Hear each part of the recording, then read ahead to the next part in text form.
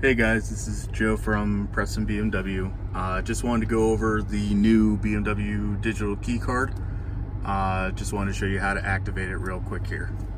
So what I'm going to do is I'm going to go into the iDrive settings, go into car, go into settings, doors and access, BMW Digital Key.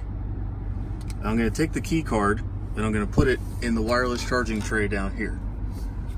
Once it's in there, I'm going to hit the key card, hit activate digital key. Digital key successfully activated, and we're all good to go.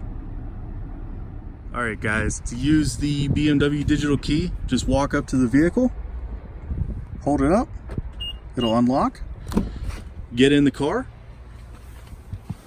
Once you get in the car, take the key card again, put it in the wireless charging tray right there, put your foot on the brake, fire it up. And I do not have a key on me at all. That's fantastic. When you're done, all you do is you just shut off the car, get out of the vehicle, close the door, hold the key card up to it, and you're locked.